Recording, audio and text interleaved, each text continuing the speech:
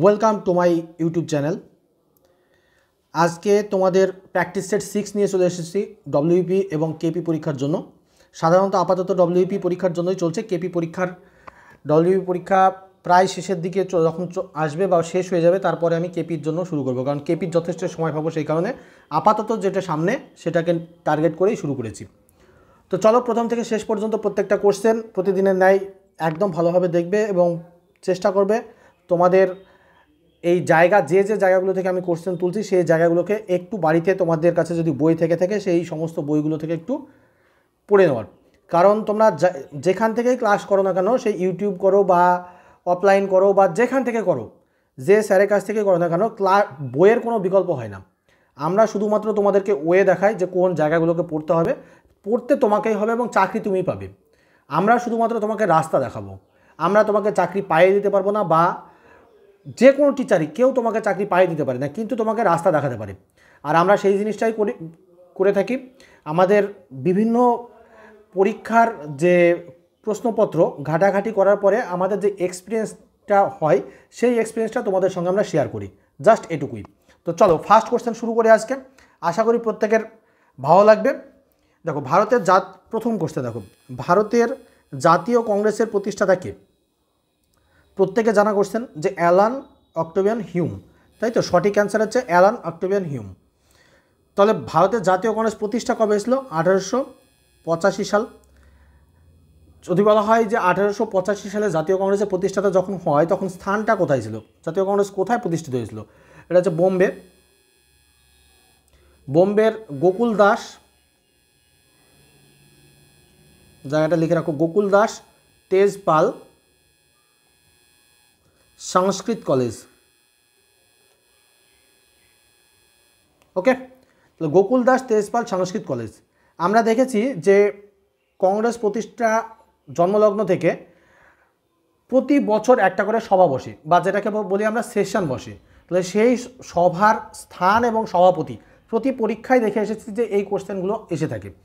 তো চলো আজকে আমি প্রথম 4টে সেশন একটু তোমাদের বলে রাখি, যে 4টে থেকে প্রায়ই পরীক্ষায় আসে। এছাড়া প্রচুর যেসব সেশনগুলো থেকে আসে প্রচুর গুরুত্বপূর্ণ সেশন আছে, আমি একটু বলি। দেখো ফার্স্ট সেশন কত হয়েছিল?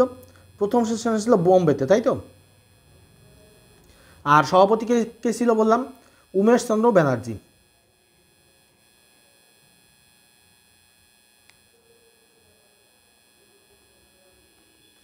উমেশচন্দ্র ব্যানার্জি ছিলেন প্রথম সভার সভাপতি। সেটা দেখো প্রথম কোথায় হয়েছিল, স্থানটা বোম্বে বললাম, জায়গাটা গোকুল দাস তেজপাল সংস্কৃত কলেজ।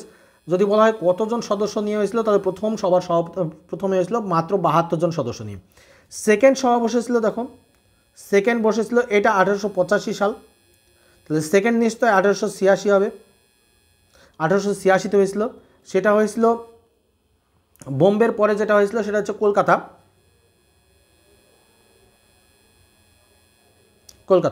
তাহলে এই সময় সভাপতি কে ছিল? দাদাভাই নওরোজি। খুব ইম্পর্টেন্ট। আচ্ছা, এবার থার্ড। তাহলে থার্ড সালটা দেখো একটু, 1887। তাহলে থার্ড হচ্ছে 1887। থার্ড কোথায় হয়েছিল? মাদ্রাজ, যেটা আমরা এখন বলি চেন্নাই, তাই তো? মাদ্রাজে কে ছিল? বদরুদ্দিন তৈয়বজি।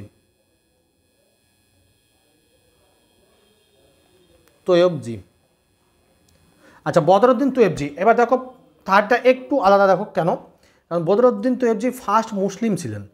তাহলে যদি বলা হয় যে কংগ্রেসের প্রথম মুসলিম সভাপতি কে ছিলেন? বদরুদ্দিন তৈয়বজি। সেটা কত সালে?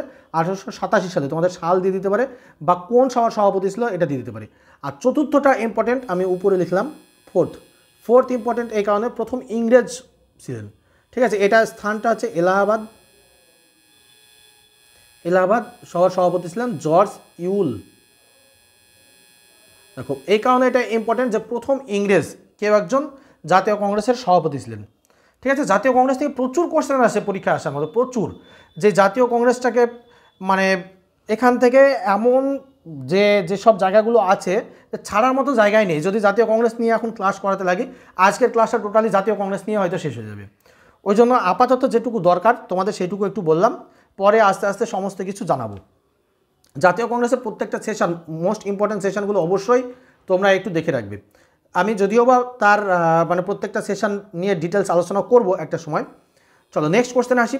ভারতের আয়তনের ভিত্তিতে বৃহত্তম রাজ্য কোনটি? দেখো ভারতের আয়তনের ভিত্তিতে একটু খেয়াল করবে, আয়তনের ভিত্তিতে। আর আমরা আর একটা দেখি কত জনগণ মানে জনগণের ভিত্তিতে, অর্থাৎ মোস্ট পপুলাস স্টেট অ্যান্ড ডেন্সিটির দিক থেকে আয়তনের ভিত্তিতে যখন বলবো আমরা, এটা যখন বেশি জনগণের ভিত্তিতে বলবো তখন একটা হবে, আর যখন আয়তনের ভিত্তিতে বলবো area wise, that is area wise. Okay, তাহলে এরিয়া ওয়াইজ আমরা বলবো বৃহত্তম স্টেট কোনটা হবে, তাহলে আমাদের সঠিক অ্যান্সার রাজস্থান। তাহলে এরিয়া ওয়াইজ হবে রাজস্থান। আর যদি বলতাম আমরা মোস্ট পপুলাস স্টেট, তখন আমাদের হতো উত্তরপ্রদেশ, অর্থাৎ জনসংখ্যার দিক থেকে বৃহত্তম রাজ্য হচ্ছে উত্তরপ্রদেশ। ওকে, আমরা উত্তরপ্রদেশে 80খানা এমপি দেখতে পাই, জানো তোমরা যে সব থেকে বৃহত্তম স্টেট। এটাকে ওই জন্য বলা হয় আমাদের মিনি পার্লামেন্টও বলে, কারণ পার্লামেন্টে ম্যাক্সিমাম সদস্য যেহেতু একটা রাজ্য থেকে যায়, তাই এটাকে আমরা মিনি পার্লামেন্টও বলে থাকি। চলো নেক্সট কোশ্চেন আসি। 2025 সালের আইসিএমআর কর্তৃক প্রকাশিত স্বাস্থ্য সার্ভে রিপোর্ট অনুসারে কোন রোগ শিশুদের আক্রান্ত হওয়ার হার বেড়েছে? দেখো 2025 সালে আইসিএমআর কর্তৃক স্বাস্থ্য সার্ভে রিপোর্ট অনুসারে শিশুদের আক্রান্ত হওয়ার হার বেড়েছে কোন রোগে? ডেঙ্গু, অপুষ্টি, হাঁপানি নাকি টাইফয়েড? হ্যাঁ, সঠিক অ্যান্সার হচ্ছে অপুষ্টি। তাহলে সঠিক অ্যান্সার কী করবো আমরা? অপুষ্টি।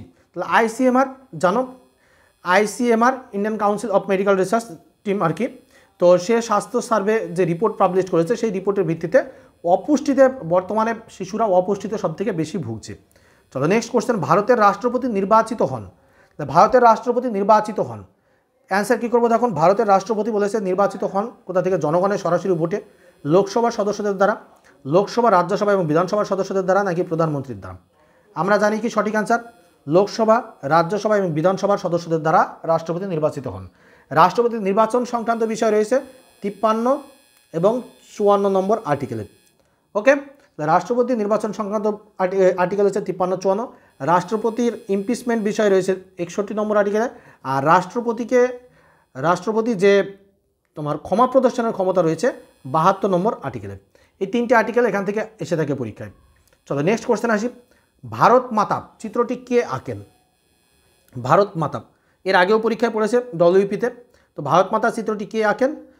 এক্স্যাক্টলি সঠিক অ্যান্সার হচ্ছে অবনীন্দ্রনাথ ঠাকুর। প্রত্যেকের সঠিক অ্যান্সার হচ্ছে এটা অবনীন্দ্রনাথ ঠাকুর। আচ্ছা, এই নন্দলাল বসুর সঙ্গে আরেকটা বিষয় খুব ইম্পর্টেন্ট, দেখবে আমাদের ভারতীয় সংবিধানের যে অলঙ্কার যেটাকে তৈরি করা হয়েছে, বা অলঙ্কার যেটাকে মানে ভারতীয় সংবিধানে এক কথা ডিজাইন যেটা করেছিল, যেটা হচ্ছে পাণ্ডুলিপি, নট বর্তমান সংবিধান, সেই সময়কার যে পাণ্ডুলিপিটা ছিল, সেই পাণ্ডুলিপি যে ডিজাইনটা করেছিল নিজের হাতে লিখে, সেটা হচ্ছে নন্দলাল বসু। ঠিক আছে, এই কোশ্চেনটা পরীক্ষায় এর আগেও এসেছে। চলো নেক্সট কোশ্চেন আসি।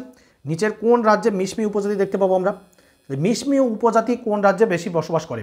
তাহলে সঠিক অ্যান্সার কী করবো? মিশমি উপজাতি। দেখো মিশমি উপজাতি, আমরা উপজাতি থেকে প্রচুর কোশ্চেন আমরা দেখতে পাই বিভিন্ন পরীক্ষায়, তাই উপজাতি থেকে একটা কোশ্চেন তোলা হয়েছে যাতে তোমরা এই উপজাতির জায়গাটা একটু পড়ো। দেখো মিশমি উপজাতি, তাহলে সঠিক অ্যান্সার অরুণাচল প্রদেশ। মিশমি উপজাতি আমরা কোন রাজ্যে দেখতে পাবো? অরুণাচল প্রদেশ। তারপর নেক্সট কোশ্চেন আসি আমরা। দেখো 2025 সালে কোন শহরে G20 এডুকেশন মিনিস্টার মিটিং অনুষ্ঠিত হয়েছে? দেখো এডুকেশন মিনিস্টার মিটিং, এটা অ্যান্সার আমরা অ্যাকচুয়াল যদি সঠিক অ্যান্সার 2023 সাল, এটা কোশ্চেনটা একটুখানি আছে, যাই হোক এটা 2023 সাল যদি হতো তাহলে এটা অ্যান্সার হতো পুনে, বাট এখানে যেহেতু আমরা 2025 সাল দিয়েছি, এটা আহমেদাবাদ আমরা অ্যান্সার নিচ্ছি। ওকে, তো সঠিক অ্যান্সার হচ্ছে আপাতত এখানে আহমেদাবাদ। ভারতের প্রথম মহিলা মুখ্যমন্ত্রী কে ছিলেন? দেখো ভারতবর্ষের ফার্স্ট মহিলা মুখ্যমন্ত্রী, ভারতবর্ষের প্রথম মহিলা মুখ্যমন্ত্রী কে ছিলেন বলেছে? ইন্দিরা গান্ধী, বিজয়লক্ষ্মী পণ্ডিত, স্পেলিংটা একটু মিস্টেক আছে, ঠিক করে নেবে, বিজয়লক্ষ্মী পণ্ডিত, সুচেতা কৃপালিনী নাকি সরোজিনী নাইডু? তাহলে সঠিক অ্যান্সার কি? সুচেতা কৃপালিনী। সুচেতা কৃপালিনী ইউপির প্রথম মুখ্যমন্ত্রী ছিলেন। আর সরোজিনী নাইডু হচ্ছে প্রথম কি আমাদের যে দেখো প্রথম গভর্নর ছিলেন সরোজিনী নাইডু, সেও ইউপিতেই ছিলেন। তাহলে প্রথম হচ্ছে সরোজিনী নাইডু হচ্ছে মহিলা গভর্নর ছিলেন, আর সুচেতা কৃপালিনী হচ্ছেন প্রথম মুখ্যমন্ত্রী ছিলেন। ওকে, ইন্দিরা গান্ধী প্রথম প্রধানমন্ত্রী ছিলেন, প্রাইম মিনিস্টার, আর মহিলা প্রাইম মিনিস্টার 1966 সালে প্রথম মহিলা প্রাইম মিনিস্টার হন। আর বিজয়লক্ষ্মী পণ্ডিত হচ্ছে ভারতবর্ষের প্রথম মহিলা কোনো একজন মিনিস্ট্রি হয়। ওকে, যে sorry not ministry, cabinet ministry নয়, ইনি প্রথম হচ্ছেন, হ্যাঁ মিনিস্ট্রি মনে হয় মেবি। চলো নেক্সট কোশ্চেন আসি। কোন নদীর উপর রয়েছে হীরাকুদ বাঁধ? তাহলে নেক্সট দেখো হীরাকুদ বাঁধ কোন নদীর উপরে রয়েছে, এটা প্রত্যেকের জানা কোশ্চেন। গঙ্গা, মহানদী, গোদাবরী, কাবেরী? তাহলে সঠিক অ্যান্সার মহানদী। মহানদীর উপরে। এবার কোন রাজ্য যদি বলা হয়? উড়িষ্যা। তাহলে অ্যান্সার কী করবো? রাজ্য যদি বলে উড়িষ্যা। নেক্সট কোশ্চেন আসি। 2025 সালে ভারতের নতুন কৃষি নীতি এগ্রিভিশন 2040 চালুর মূল লক্ষ্য কী? দেখো খুব গুরুত্বপূর্ণ কোশ্চেন, কারেন্ট অ্যাফেয়ার্স। 2025-এর নতুন কৃষিনীতি অর্থাৎ এগ্রি ভিশন 2040 চালুর মূল লক্ষ্য কী? কৃষি জমিতে শিল্প গঠন, 10 বছরের মধ্যে কৃষিতে এআই প্রযুক্তি প্রয়োগ, কৃষি পণ্যের আমদানি, নাকি সব কৃষি পণ্যের উপরে কর বাড়ানো? তাহলে সঠিক অ্যান্সার হচ্ছে 10 বছরের মধ্যে কৃষিতে এআই প্রযুক্তি প্রয়োগ। ওকে, তাহলে সঠিক অ্যান্সার হচ্ছে 10 বছরের মধ্যে কৃষিতে এআই প্রযুক্তি প্রয়োগ। ওকে, নেক্সট কোশ্চেন আসি। পুষ্কর মেলা 11 নম্বর কোশ্চেন। পুষ্কর মেলা কোন রাজ্যে গঠিত হয়, কোন রাজ্যে অনুষ্ঠিত হয়? দেখো পুষ্কর মেলা। তাহলে পুষ্কর মেলা আমরা কি অ্যান্সার করবো এখানে? পুষ্কর মেলা আমরা দেখতে পাবো কোথায়? রাজস্থান। পুষ্কর মেলা দেখতে পাবো রাজস্থান। পুষ্কর মেলা হচ্ছে ভারতবর্ষের বৃহত্তম উটের মেলা, সব থেকে বৃহত্তম উটের মেলা, ঠিক আছে? তাহলে উটের মেলা হচ্ছে পুষ্কর মেলা, আমরা কোন রাজ্যে দেখতে পাবো? রাজস্থান। চলো নেক্সট কোশ্চেনে আসি। 2025 সালে চালু হওয়া নতুন ডিজিটাল সিকিউরিটি প্ল্যাটফর্মটির নাম কি? নতুন ডিজিটাল সিকিউরিটি প্ল্যাটফর্মটির নাম 2025 সালের সালটা দেখো, এটা কারেন্ট অ্যাফেয়ার্সের কোশ্চেন। মোটামুটি যেসব কারেন্ট অ্যাফেয়ার্সগুলো পরীক্ষায় দেয় সেই টাইপের আমি কিছু কারেন্ট অ্যাফেয়ার্স তুলেছি। যদিও ভাই এখনকার পরীক্ষার যা কোশ্চেন প্যাটার্ন, তাতে কারেন্ট অ্যাফেয়ার্সে এর আগে একটা নির্দিষ্ট প্যাটার্ন ছিল যে এই জায়গা থেকে কারেন্ট অ্যাফেয়ার্স তোলে। এখন কোনো কারেন্ট অ্যাফেয়ার্সের নির্দিষ্ট কোনো প্যাটার্ন নেই। তোমরা হয়তো জানো না, আমি কারেন্ট অ্যাফেয়ার্সের এর আগে ক্লাস করাতাম। আমার কারেন্ট অ্যাফেয়ার্স থেকে যা ক্লাস আমি করাতাম আজ পর্যন্ত কোনো দিন কারেন্ট অ্যাফেয়ার্স মিস হয় না, মানে হতো না। লাস্ট এসএসসি জিডিতে যেখান থেকে কোশ্চেন দিয়েছে দেখলাম না যে কোনো রকম কোনো এসএসসি জিডি বলো বা লাস্ট কয়েকটা পরীক্ষাতে এদের নির্দিষ্ট কোনো মানে নিয়ম শৃঙ্খলা মেনে কোনো কোশ্চেন করা হচ্ছে না। তো জানি না ডব্লিউপির ক্ষেত্রে কেমন মানে কি করবে। লাস্ট যদি কেউ ডব্লিউপিএসসির ক্লার্কশিপ পরীক্ষা দিয়ে থাকো তাও দেখবে ওখানকার কোশ্চেন প্যাটার্ন সম্পূর্ণ আলাদা রকম হয়েছে, বুঝেছি? ওই জন্য আমাদের সমস্ত রকমভাবে প্রিপেয়ার থাকতে হবে। আমি সেই টাইপেরই এখন সেই জন্য কারেন্ট অ্যাফেয়ার্স তুলছি, যে আগে নতুন ধাঁচের কারেন্ট অ্যাফেয়ার্স আমাদেরকেও আপডেটেড হতে হবে। যারা পরীক্ষার কোশ্চেন তৈরি করছে তাদের মতো চিন্তাভাবনা আমাদেরকেও করতে হবে, তবেই আমরা কম্পিটিশনে টিকে থাকতে পারবো। চলো নেক্সট কোশ্চেন আসি। দেখো তাহলে 2025 সালে নতুন যে ডিজিটাল সিকিউরিটি প্ল্যাটফর্মটির নাম, তাহলে এটার নাম কি করবো আমরা? দেখো নিরাপদ ভারত। অ্যাকচুয়ালি এটা নিরাপদ ভারত, এটা হচ্ছে ভারত পোল, ইংলিশে হয়তো এটাকে নিরাপদ মানে যে ডিজিটাল প্ল্যাটফর্মটার নাম এটা হচ্ছে ভারত পোল। ওকে, নিরাপদ ভারত বলা হচ্ছে, এটা ভারত পোল। এইটা দেখে রাখবে ইংলিশ টার্মটা, নট বাংলাটা। বাংলা টার্ম অনেক সময় ভুল থাকে। এটা নিরাপদ ভারত, আমি আর নিরাপদ ভারত না, এটা তুমি ভারত পোলটাই করে রাখবে। ওকে, তোমরা নেক্সট কোশ্চেন। জীবাশ্ম জ্বালানি কোনটির? জীবাশ্ম জ্বালানি নিম্নের কোনটি?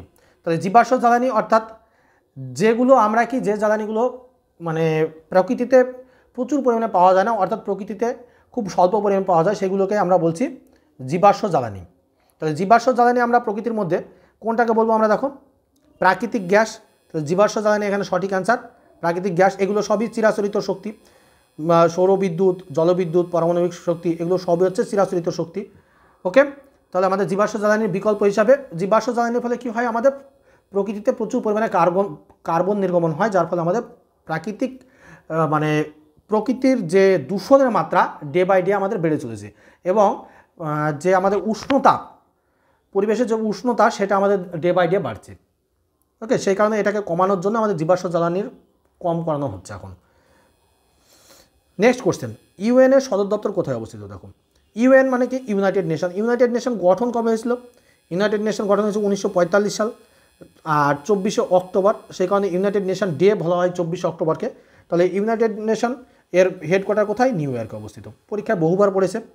চলো নেক্সট কোশ্চেন। নিচের কোনটি? ইউনাইটেড নেশন আরও ডিটেলসে পড়তে হবে তোমাদের। কতগুলো অফিসিয়াল ল্যাঙ্গুয়েজ রয়েছে, ইউনাইটেড নেশনে কোথায় মানে বর্তমানে কতটা পার্মানেন্ট কান্ট্রি রয়েছে, সবগুলোই পরীক্ষায় আসে। নিচের কোনটি পশ্চিমবঙ্গের নিজস্ব নৃত্য? এই কোশ্চেনটা আমি 100% তোমাদের ম্যাক্সিমাম স্টুডেন্ট ভুল করবে। চলো তোমরা অ্যান্সার করো, তারপরে আমি উত্তর বলছি, দেখো সবার ভুল হবে। এত কিছু বলার পরেও দেখো ভুল করবে। সো ভারতনাট্যম, কাটাক নাকি কাঠিয়াবাড়ি? সঠিক অ্যান্সার হচ্ছে আমি নেব কাঠিয়াবাড়ি, কারণ সো দেখো ওয়েস্ট বেঙ্গলেও থাকে, আবার দেখতে পাবো আমরা ঝাড়খণ্ডে দেখতে পাবো, বিহারেও দেখতে পাই, ঠিক আছে? ওই কারণে সঠিক অ্যান্সার আমরা চোখে নিলাম না। সো হচ্ছে ওয়েস্ট বেঙ্গলে পুরুলিয়া ডিস্ট্রিক্টে মেনলি দেখা যায়, পুরুলিয়া ডিস্ট্রিক্টে। আর সঠিক অ্যান্সার নিলাম কি?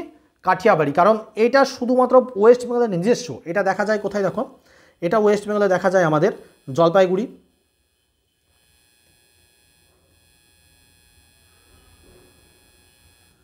উড়িষ্যা, উড়িষ্যা বলছি, আলিপুরদুয়ার,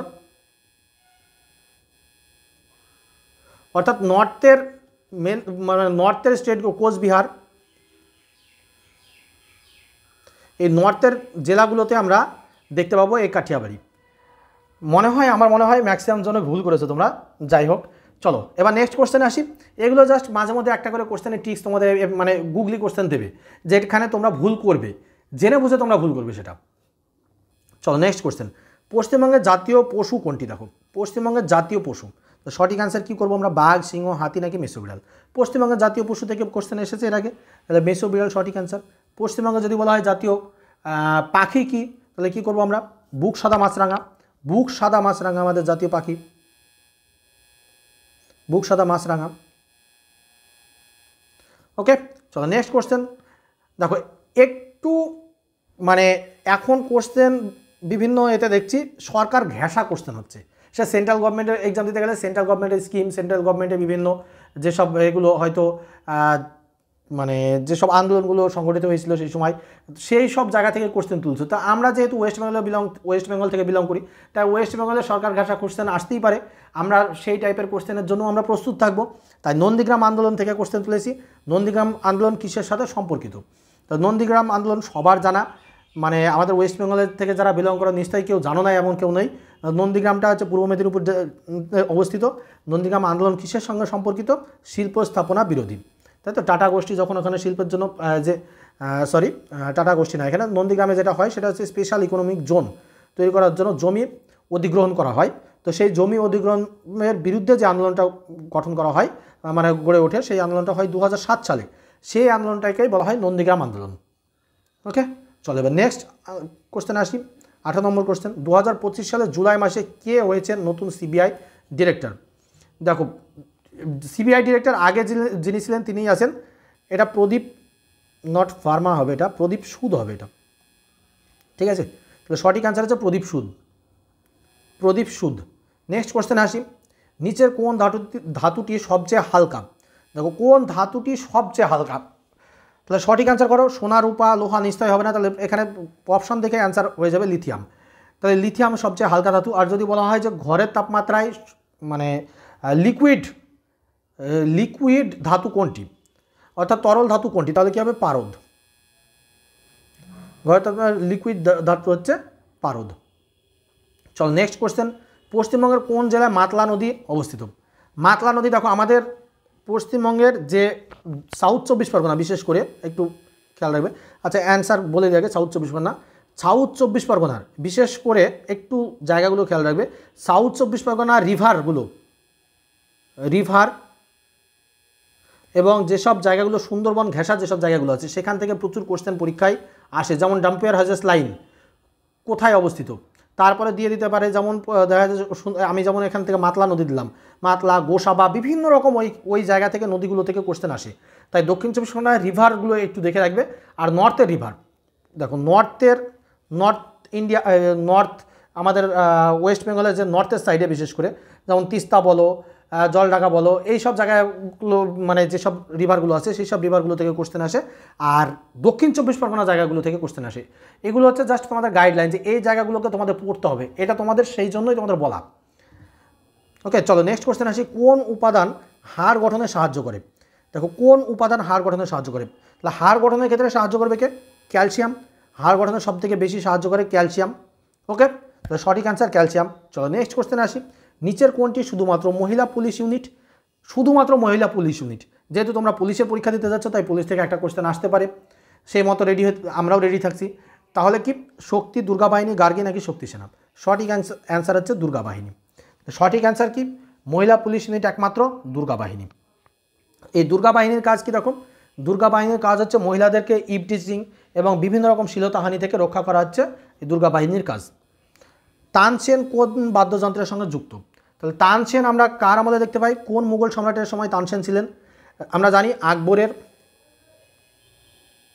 মুঘল সম্রাট আকবরের সময় তানসেন ছিলেন। তা আকবরের একজন বিখ্যাত মানে কি বলবো আর কি, একজন গীতিকার ছিলেন সেই সময় আর কি তানসেনের, আকবর সেই সময়। তো তানসেন কি বাজাতেন? বীণা। ঠিক আছে, তাহলে তানসেন কি বাজাতেন? বীণা। তিনি কোন বাদ্যযন্ত্রের সঙ্গে যুক্ত ছিলেন? বীণা। তাহলে মুঘল সম্রাট আকবরের সময় আমরা তানসেনকে দেখতে পাই। চলো 24 নম্বর কোশ্চেন, খুব গুরুত্বপূর্ণ কোশ্চেন, মুক্তিযুদ্ধ মিউজিয়াম। মুক্তিযুদ্ধ মিউজিয়াম কোথায় অবস্থিত? মুক্তিযুদ্ধ মিউজিয়াম এই কারণে আমি তুলেছি কারণ বাংলাদেশে যে রিসেন্টলি যে অস্থিরতা তৈরি হয়েছিল সেখান থেকে কোশ্চেন তোমাদের আসার সম্ভাবনা আছে, তাই সেখান থেকে কোশ্চেন তুলেছি। মুক্তিযোদ্ধা মিউজিয়াম কোথায় অবস্থিত? তাহলে আমরা অ্যান্সার কী করবো? ঢাকা। তো সঠিক অ্যান্সার হচ্ছে ঢাকা, মুক্তিযোদ্ধা মিউজিয়াম। এনডিআরএফ, আজকে লাস্ট কোশ্চেন, এনডিআরএফ পূর্ণরূপ কী? এটা কোশ্চেন তোমাদের জন্য থাকলো। এনডিআরএফ প্রত্যেকে অ্যান্সার করবে কমেন্ট বক্সে। আমি চাই প্রত্যেকের অ্যান্সার আমি দেখব। ওকে, তাহলে প্রত্যেকে কিন্তু অ্যান্সার করবে এনডিআরএফ। ক্লাস কেমন লাগছে জানাবে, আর বন্ধুদের সঙ্গে শেয়ার করবে।